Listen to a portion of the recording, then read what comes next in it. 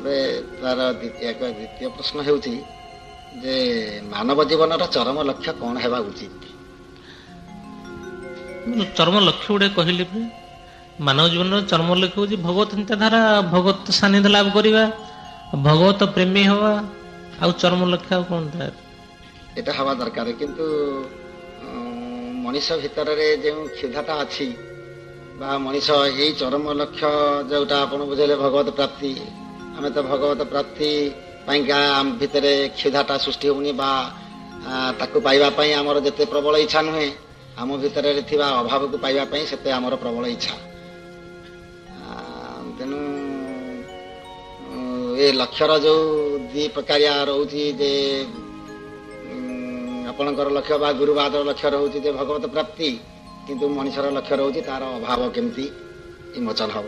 ଏଇ ଯେଉଁ ଦୁଇବିଧ ଲକ୍ଷ୍ୟ ପ୍ରକାଶ ପାଉଛି, ଏଥିରେ ତ ଗତି କରିବା ଟିକେ ଆମର ମଣିଷମାନଙ୍କ ପକ୍ଷରେ, ଆମମାନଙ୍କ ପକ୍ଷରେ ଟିକେ କଷ୍ଟ ହେଉଛି, ଜାଣି ହେଉନି, ଟିକେ ଉପଲବ୍ଧି କରିହେବନି। ଅଭାବପ୍ରାପ୍ତ ଜନ୍ମଜନାନ୍ତରରେ ତାର ଏଇସବୁ ଭଗବତ ସାନ୍ନିଧ୍ୟ ଲାଭର ଯେଉଁ ବାହିକ କ୍ରିୟା ମାନେ ରହିଛି, ସେଇ ବାହିକ କ୍ରିୟା ମାନେ ଯେଉଁ ଗୃହସ୍ଥ ଧର୍ମରେ ଯେ କରିକି ଆସୁଥିବ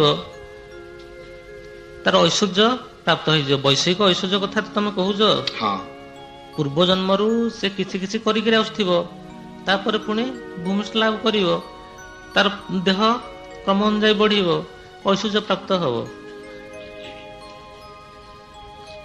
ଐଶ୍ୱର୍ଯ୍ୟ ପ୍ରାପ୍ତ ହବ।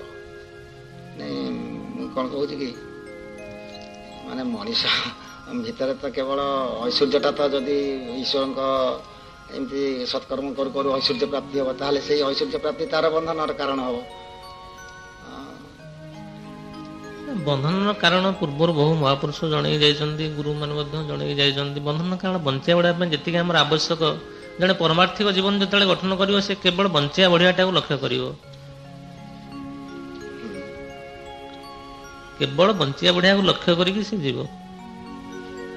ପ୍ରକୃତରେ ପରମାର୍ଥିକ ଭାବ ଜଣେ ଗ୍ରହଣ କରିବ, କେବଳ ବଞ୍ଚିବା ବଢ଼ିବା ରଖିବା, ଆଉ ସବୁ ଏଇ ଭଗବତ ପ୍ରାପ୍ତିର ଲକ୍ଷ୍ୟଟା ନେଲେ କ'ଣ ମଣିଷ ଶାନ୍ତି ପାଇଯିବ?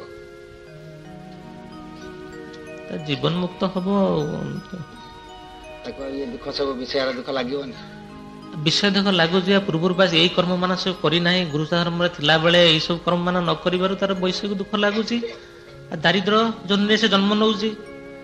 ତେଣୁକରି ଏଇ ଭଗବତ ଚିନ୍ତାଧାରା, ଭଗବତ ସେବା କର୍ମ ମାନ ଯଦି ଗୃହସ୍ଥ ଧର୍ମରେ ରହିକିରି ସେ କରିକି ଆସୁଥିବ, ତା ପରବର୍ତ୍ତୀ ଜନ୍ମରେ ସେ ତାର ଐଶ୍ୱର୍ଯ୍ୟ ପ୍ରାପ୍ତ ସଙ୍ଗେ ସଙ୍ଗେ ସୁଚିନ୍ତାଧାରା ମଧ୍ୟ ରହିବ, ପ୍ରାପ୍ତି ହେବ ଜନ୍ମାନ୍ତର ବାଦରେ।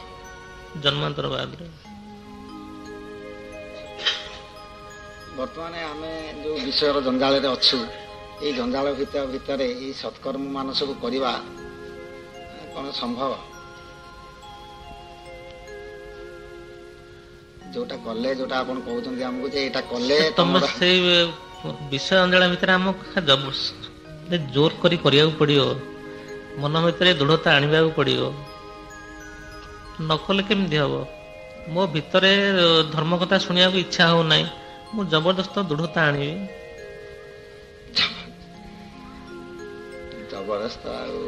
ତମର ଛୋଟ ପିଲାଟି ଯେମିତି ସ୍କୁଲ ବିଦ୍ୟାଳୟକୁ ଯାଉନି, ତାକୁ ଜୋର ଜବରଦସ୍ତ କରି ବୁଝେଇ ମନେଇ ବିଦ୍ୟାଳୟକୁ ନେଉଛ, ସେମିତି ଏ ପଥ ମଧ୍ୟ ସେଇଭଳି।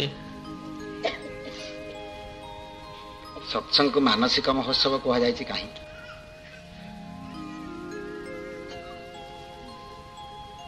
ସ୍ଥୂଳ ମାନବର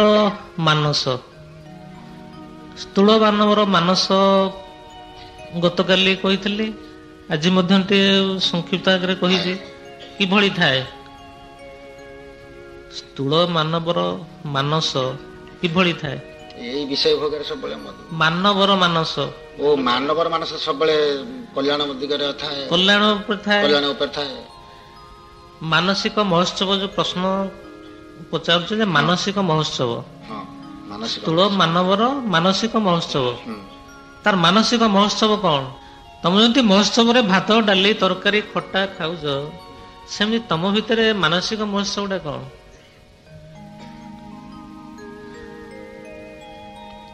ଗୋଟେ ରହୁଛି ଚୌତାରିକ ମହୋତ୍ସବ ମାନସରେ, ବିବୃତିକ ମହୋତ୍ସବ, ଚୌତରିକ ମହୋତ୍ସବ, ବିବୃତିକ ମହୋତ୍ସବ। ମହୋତ୍ସବ ଶୂନ୍ୟ ଶବ୍ଦ, ମହୋତ୍ସବ ତୁମମାନଙ୍କର ଶବ୍ଦ ନୁହେଁ। ଯେ ଭାତ ଡାଲି ତରକାରୀ ଖାଇଦେଲେ ତାକୁ ମହୋତ୍ସବ ବୁଝେଇବ, ସେ ମହୋତ୍ସବ କୁହାଯାଉ ନାହିଁ। ବଶିଷ୍ଠ, ଦୁର୍ବାସା, ବିଶ୍ୱାମିତ୍ର ଏଇସବୁ ସେ ସତ୍ସଙ୍ଗର ମହୋତ୍ସବ ଚୈତନ୍ୟ ଜଗତରେ ଗ୍ରହଣ କରୁଥିଲେ, ତାର ଆସ୍ୱାଦନ ପ୍ରାପ୍ତ କରୁଥିଲେ। ମାନସ ପଟରେ ତମେ ଯୋଉ ମହୋତ୍ସବ କରୁଛ, ତମ ମହୋତ୍ସବ ଭିତରେ ସୁ କାର୍ଯ୍ୟ ରହୁଛି ଆଉ କୁ କାର୍ଯ୍ୟ ମଧ୍ୟ ରହୁଛି।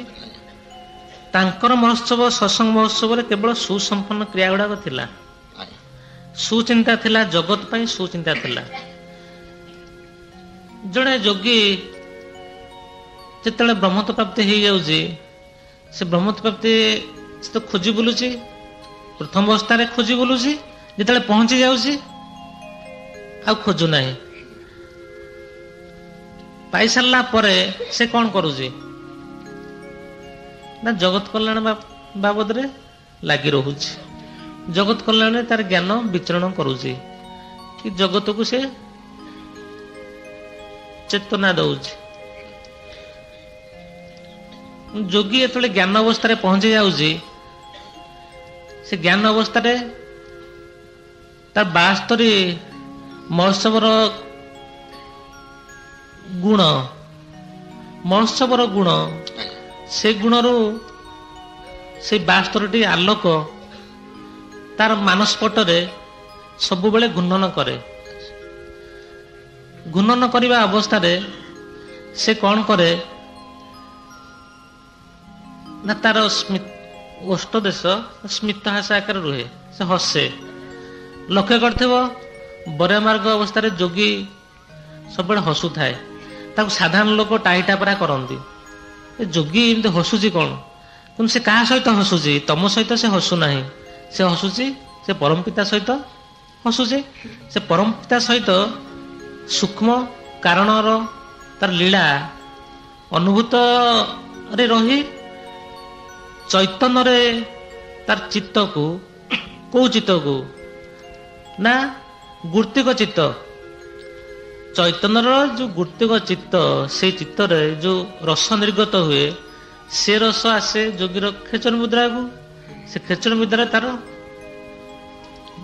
ସତ୍ସଙ୍ଗର ମହୋତ୍ସବ, ଯୋଉ ସ୍ୱାଦ, ଜ୍ଞାନର ସ୍ୱାଦ, ବିଜ୍ଞାନ ତତ୍ତ୍ୱର ସ୍ୱାଦ, ବ୍ରହ୍ମ ଜ୍ଞାନ ତତ୍ତ୍ୱର ସ୍ୱାଦ ସେ ଗ୍ରହଣ କରେ।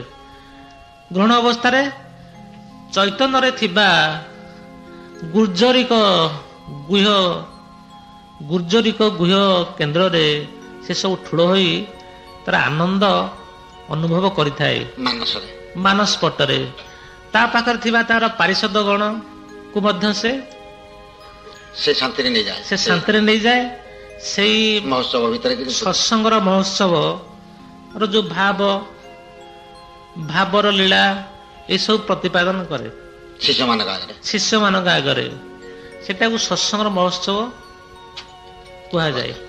ଏସବୁ ନିତ୍ୟସିଦ୍ଧ ସାଧୁ ଦେବତା ମାନଙ୍କର ମହୋତ୍ସବ। ଆମ ମାନଙ୍କର ତ ମହୋତ୍ସବ ତମେ ତ ଜାଣିଛ ଏଠି ହଉଛି ଆଉ କଣ।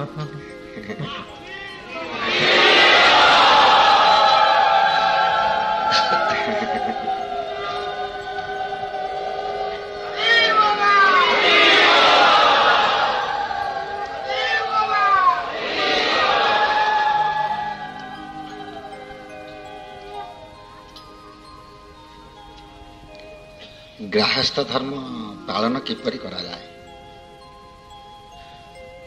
ସେ ମାନବ ଧର୍ମରେ ଗ୍ରାହସ୍ଥ ଧର୍ମ ଗଲା ଯାଇନି କି? ଗ୍ରାହସ୍ଥ ଧର୍ମର ପାଳନ କିଛି ସଂକ୍ଷିପ୍ତ ବିବରଣୀ ଦେଲି। ଗ୍ରାହସ୍ଥ ଧର୍ମ ସୁଚାରୁ ରୂପେ ସହଧର୍ମଣୀ ବ୍ୟକ୍ତି ଧର୍ମ ପ୍ରତିପାଦନ କରିବା, ପଞ୍ଚଯଜ୍ଞ ମଧ୍ୟ ଗ୍ରାହ୍ୟ ଧର୍ମରେ କରିପାରିବ। ଏଠାରେ ଗୃହିଣୀ ଯଦି ସତ୍ ମାର୍ଗର ହେଇଥିବ, ସେ ମଧ୍ୟ ତାର ସ୍ୱାମୀକି ଠିକ ସୁଚାରୁ ରୂପେ ଗୃହଧର୍ମ ନେଇପାରିବ। ଆଉ ବାପା ମାନେ ସତ ବାଟରେ ଯାଉଥିବେ, ମା ମାନେ ଧର୍ମ ପଥରେ ବିରୋଧ କରୁଥିବେ। ତେଣୁକରି ସେଠି ସୁଗୃହିଣୀ ନହେଲେ ତମର ଗାଁ ଧର୍ମଟା ଶାନ୍ତି ସୁଚାରୁ ରୂପେ ହୋଇପାରିବ ନାହିଁ। ବର୍ତ୍ତମାନ କ'ଣ ଦେଖାଯାଉଛି ସମାଜରେ ଯେ ଯଦି ତାକୁ ଧର୍ମପଥକୁ ସ୍ୱାମୀ ଯଦି ସାତ୍ଵିକ ବୃତ୍ତିର ମନୋଭାବ ନେଇ ଧର୍ମପଥକୁ ଗତି କରୁଛି, ସ୍ତ୍ରୀ ଯଦି ତାର କ୍ରୂର ଦୁଷ୍ଟ ଚରିତ୍ର ପଡୁଛି, ସେ ଧର୍ମପଥରେ ଗତିରୋଧ କରୁଛି। ସେ କହୁଛି ମୁଁ ସେ ପଥକୁ ଯିବି ନାହିଁ। ଯଦି ସ୍ତ୍ରୀ ସାତ୍ଵିକ ବୃତ୍ତିର ମନୋଭାବ ପଡୁଛି, ସ୍ୱାମୀ ଯଦି ଦୁଷ୍ଟ ପଡୁଛି, ସ୍ୱାମୀ ସେ ପଥରେ ଗତିରୋଧ କରୁଛି। ବର୍ତ୍ତମାନ ଏଇ କଳି ସଂସ୍କୃତିରେ ଏସବୁ ବେଶୀ ଦେଖାଯାଉଛି। ଆଉ ମା ମାନେ ସହଜେ ତ ଧର୍ମପଥ ଗତି କରିବାକୁ ତାଙ୍କର ମନ ଭଳିଆ ବଡ ଜଟିଳ।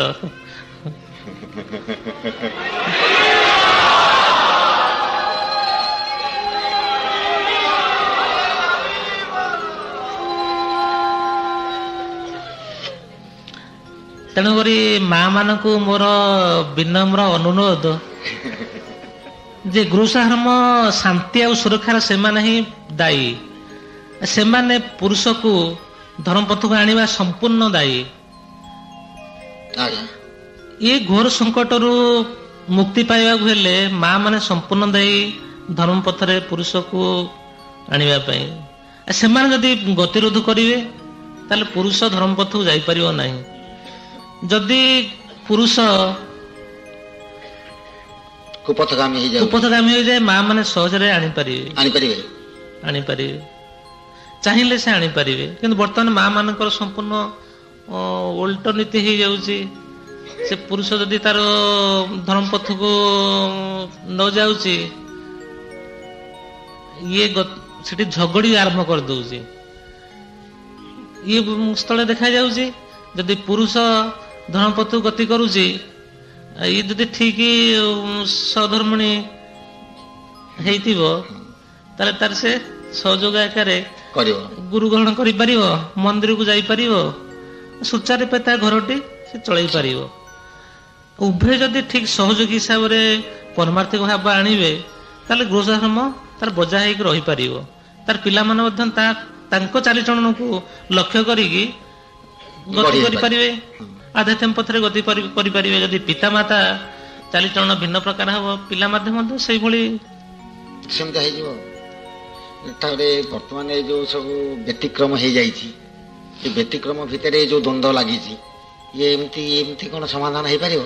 ବ୍ୟତିକ୍ରମ ତ ଯାହା ହେଇଯାଇଛି, ଯୋଉଟା ବହି ଯାଇଛି ତାକୁ ଆଉ ଫେରି ଆଣି ପାରିବନି। ସେ ତ ରାକ୍ଷସକୁ ଦେବତା ହେଇଯାଇଛନ୍ତି, ସେ ତ ନୀତି ବାଡିଆ ପିଟା ହେବେ, ତାକୁ କିଏ ସମାଧାନ କରିବ? ନାଇଁ, ରାକ୍ଷସକୁ ଦେବତା ତମେ କହୁଛ ଯେ ରାକ୍ଷସର କଣ ସାତ୍ଵିକ ବୃତ୍ତି ଥିଲା ନା ନାହିଁ? ଆସୁରିକ ପ୍ରବୃତ୍ତି ଥିଲା ନା ନାହିଁ? ଆସୁରିକ ପ୍ରବୃତ୍ତି ଭିତରେ ସାତ୍ଵିକ ବୃତ୍ତି ମଧ୍ୟ ଥିଲା, ଗ୍ରହଣ କରିପାରୁଥିଲା। ତେଣୁକରି ଦେବତା ପୂର୍ଣ୍ଣ ମାତ୍ରାରେ ସାତ୍ଵିକ ବୃତ୍ତି ଗ୍ରହଣ କରୁଛି, ଆଉ ଜଣେ ଆସୁରିକ ପ୍ରବୃତ୍ତିର ମା ସେ ତାର କମ ସାତ୍ଵିକ ବୃତ୍ତି ଗ୍ରହଣ କରିପାରୁଛି।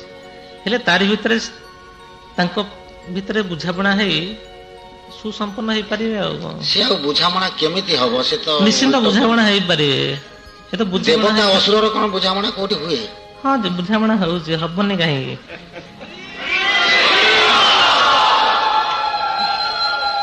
ସେ ତ ସବୁବେଳେ ଆମେ ପୁରାଣ ଶାସ୍ତ୍ରରେ ଦେଖା ହଉଛୁ, ଯୁଦ୍ଧ ହେଇକା ଯାଇଛି, ସେଥିରେ ରାକ୍ଷସର ପତନ ହେଇଛି, ଦେବତାର ଉତ୍ଥାନ ହେଇଛି।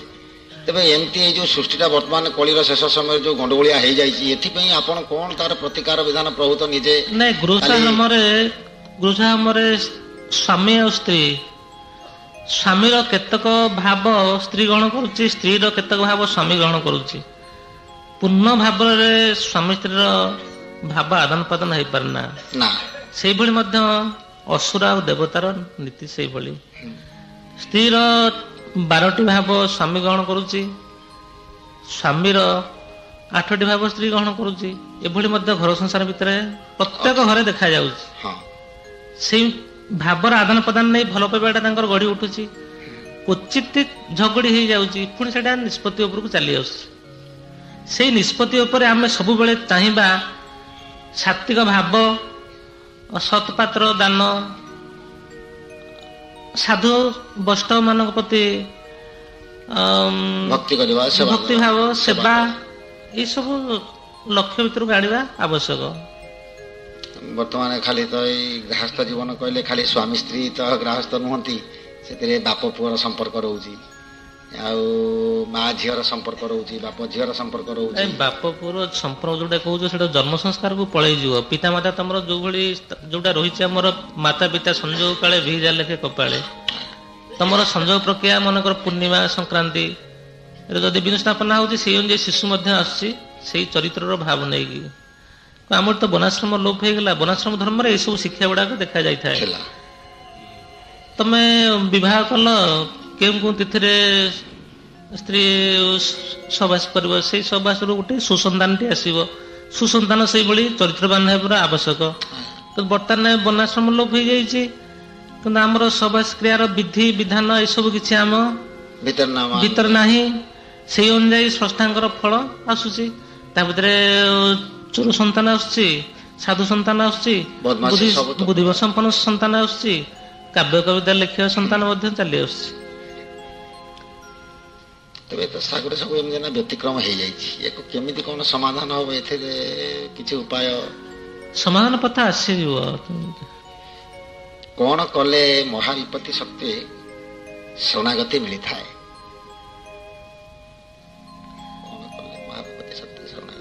ସବୁରି ପ୍ରଶ୍ନର ଉତ୍ତର ସବୁଦିନ ଦିଆଯାଉଛି। କଣ କଲେ ମହାବିପତ୍ତି ରକ୍ଷା ହୁଏ? ଏ ପୂର୍ବରୁ ଏତେ ଆଲୋଚନା କରାଯାଉଛି। ନାମ ସଂକୀର୍ତ୍ତନ, ସ୍ମରଣ, ଅର୍ଚ୍ଚନ, ବନ୍ଦନ ଏସବୁ ମହାବିପତ୍ତି କାଟେ। ଗୁରୁ ମନ୍ତ୍ର ପ୍ରଦତ୍ତ ମନ୍ତ୍ର ଚୈତନ୍ୟ ମାନସ କରିବା ମହାବିପତ୍ତିର ସବୁ କାରଣ। ସେ କାରଣରୁ ସବୁ କଟିଯାଏ। ଆଉ ଆଡେ ମହାବିପତ୍ତି ପଡିଛି, ଆମେ ହଇରାଣରେ ପଡିଛୁ, ଅସୁବିଧାରେ ପଡିଛୁ, ସେଠି ପୂଜା ଅର୍ଚ୍ଚନା ବନ୍ଦନା ପ୍ରାର୍ଥନା ଇଏ କଣ ବାତ୍ୟା ଯେତେବେଳେ ହଉଥିଲା ସେତେବେଳେ କଣ ବନ୍ଦନା ଅର୍ଚ୍ଚନା ପ୍ରାର୍ଥନା କଥା ମନେ ପଡୁଥିଲା କି? ସେତେବେଳେ ବା କେମିତି ବଞ୍ଚିବି କଥା ଚିନ୍ତା କରୁଥିଲି ନା। ବାତ୍ୟା ତ ଅଲଗା, ଏଇ ମହାବିପତ୍ତି ଧରାଯାଉ। ମୁଁ ମହାବିପତ୍ତି ବୋଇଲେ ତମେ କଣ ଭାବୁଛ? ମହାବିପତ୍ତି ପିଣ୍ଡକୁ ଅଛି, ବ୍ରହ୍ମାଣ୍ଡ ତତ୍ତ୍ୱକୁ ମଧ୍ୟ ଅଛି। ହଁ, ଆଉ ଗୋଟେ ମହାବିପତ୍ତି ଆମେ ପିଣ୍ଡର ମହାବିପତ୍ତି ତତ୍ତ୍ୱ ତ ରୋଗ ଶୋକ ଦୁଃଖ ଏସବୁ ପିଣ୍ଡର ମହାବିପତ୍ତି କ୍ରିୟା। ପିଣ୍ଡର ବିପତ୍ତି କ୍ରିୟା ସେଟା ତ। ବ୍ରହ୍ମାଣ୍ଡର ମହାବିପତ୍ତି କ୍ରିୟା ବାତ୍ୟା, ଭୂମିକମ୍ପ, ବନ୍ୟା ଏସବୁ ବ୍ରହ୍ମାଣ୍ଡର ମହାବିପତ୍ତି କ୍ରିୟା। ଏଟା ଗୋଟେ ଧରନ୍ତୁ ମୁଁ ରୋଗ ଭୋଗୁଛି, ନାଇଁ ଶୁଣ, ବ୍ରହ୍ମାଣ୍ଡର ମହାବିପତ୍ତି କ୍ରିୟା ଉପରେ ମୁଁ ଗତକାଲି କହିଦେଇଛି, ସେ ହଉଛି ସ୍ରଷ୍ଟାଙ୍କର ପ୍ରଳୟ।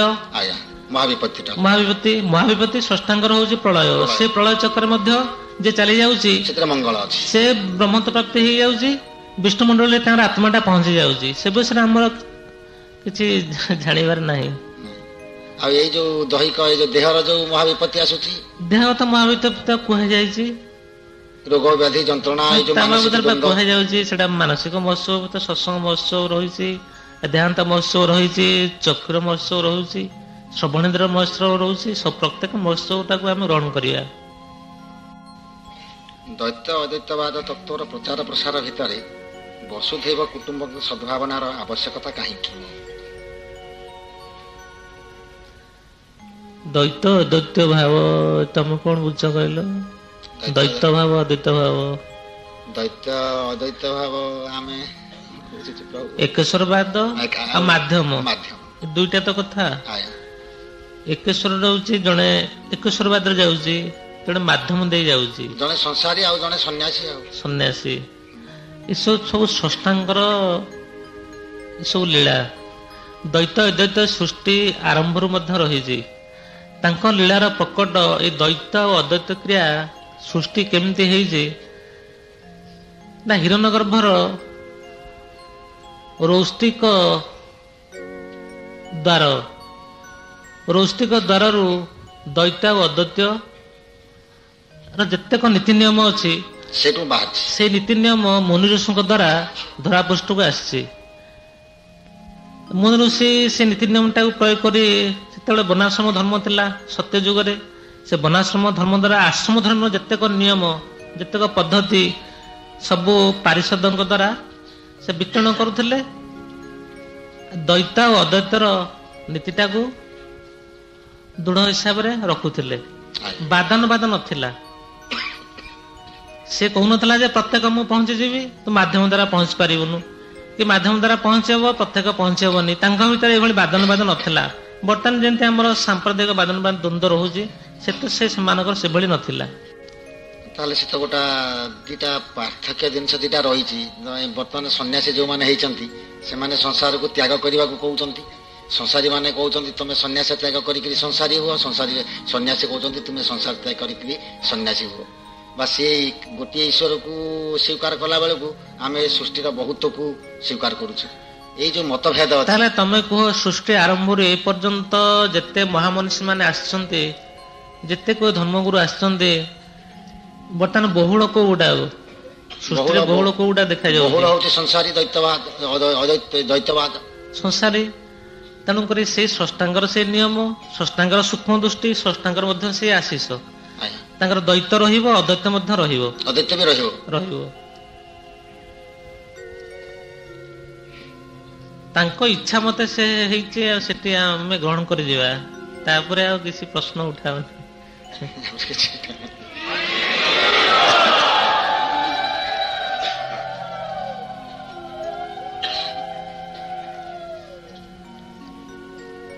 ଭଗବତ କୃପା ପ୍ରାପ୍ତିର ସହଜ ସରଳ ଉପାୟ କଣ? ସହଜ ସରଳ ଉପାୟ ଅଛି।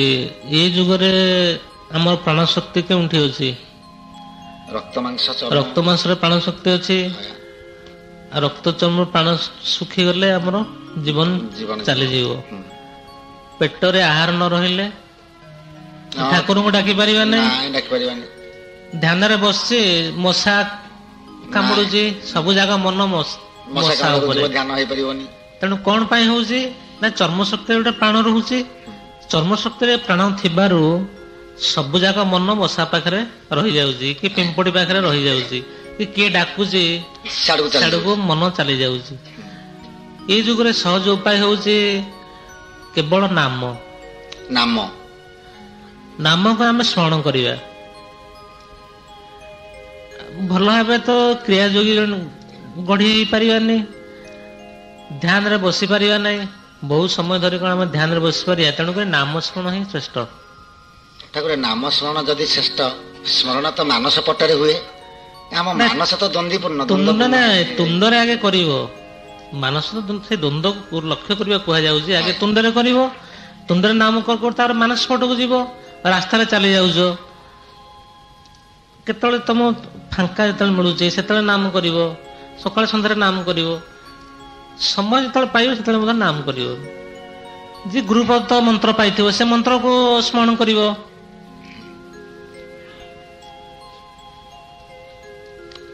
ନାମ ଭଜନ କଥା କହୁଛନ୍ତି ସତ୍ୟ, କିନ୍ତୁ ଟିକେ ସମ୍ଭବ ହଉନି। ଆମେ ଚେଷ୍ଟା କରୁଛୁ ବହୁତ ନାମ ଭଜିବା ପାଇଁ, କିନ୍ତୁ ସମ୍ଭବ ହଉନି ଆଜ୍ଞା। ଏଇ ଯୋଉ କଜିଆ ମଜିଆ ସବୁ ଘରେ ଲାଗି ଯାଉଛି, ସେ ତ ମନଟାକୁ ବିକୃତ କରିଦଉଛି। ଆଉ ନାମ ଭଜନ ହଉନି। ଆଉ ଘରେ କଳି କଣ 24 ଘଣ୍ଟା ତମର ଲାଗୁଛି?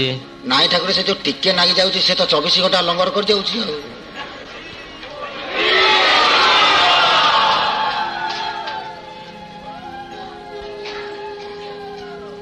ଆମକୁ ଆଉ କିଛି କରିକିରି ଯିବା କଥା ଟିକେ ଆମକୁ ଭାରି ଅଡୁଆ ଲାଗୁଛି ସେ ସବୁ କଥା। ଆଉ କେମିତି ନାମ ଭଜନ ଠାକୁର ଭାରି କଷ୍ଟ ଆମ ମାନଙ୍କ ପାଇଁ। ପ୍ରକୃତରେ ମୁଁ ଚେଷ୍ଟା କରିକି ଦେଖୁଛି, ଆମ ଭାଇମାନେ ଯେଉଁମାନେ ନାମ କରିବାକୁ ଚେଷ୍ଟା କରୁଥିବେ ସେମାନେ ବି ଜାଣୁଥିବେ ଯେ ନାମ ଭଜନ କରିବା କେଡ଼େ କଷ୍ଟ। ମୋଟେ ସିଏ ରହୁନି, ଖାଲି ଥରେ ଆସିଲା ବେଳକୁ ଆଉ ଥରକୁ ସେ କୁଆଡେ ଗଲାଣି, ଆଉ ପଳେଇ ଯାଉଛି। ଆଉ କଷ୍ଟ ଆଦୌ ନୁହେଁ, ହେଇପାରିବ ତାର ଭିତରେ ମାନସ ପଟରେ ନାମ ହେଇପାରିବ। ତାର ଆଉ କିଛି ସହଜ ସରଳ ସୂତ୍ର ଅଛି? ସହଜ ଉପାୟ ଏଇ ତ ଉପାୟ, ଆଉ ସହଜ ଉପାୟ କିଛି ନାହିଁ।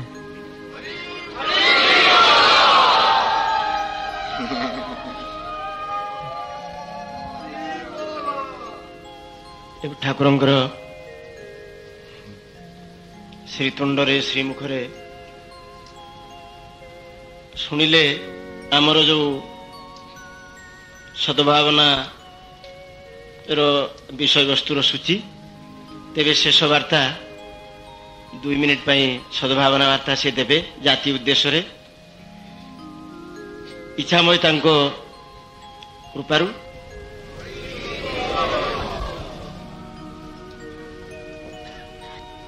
ସଜ୍ଜନ ବୃନ୍ଦ, ଗୃହସ୍ଥ ଧର୍ମରେ ରହି ନାମ ସ୍ମରଣ, ନାମ ଉଚ୍ଚାରଣ ନାମର ମନ୍ତ୍ର ଚୈତନ୍ୟ ନିହାତି ଆବଶ୍ୟକ। ଯୋଗୀ ସମାଧି ଅବସ୍ଥାରେ ରହି ଯୋଗର ଜ୍ୟୋତିକ କୁଣ୍ଡଳନୀ କ୍ରିୟାରେ ମନ୍ତ୍ରକୁ ଦୀପ୍ତିମୟ କରିବା ତାର ମଧ୍ୟ ଆବଶ୍ୟକ।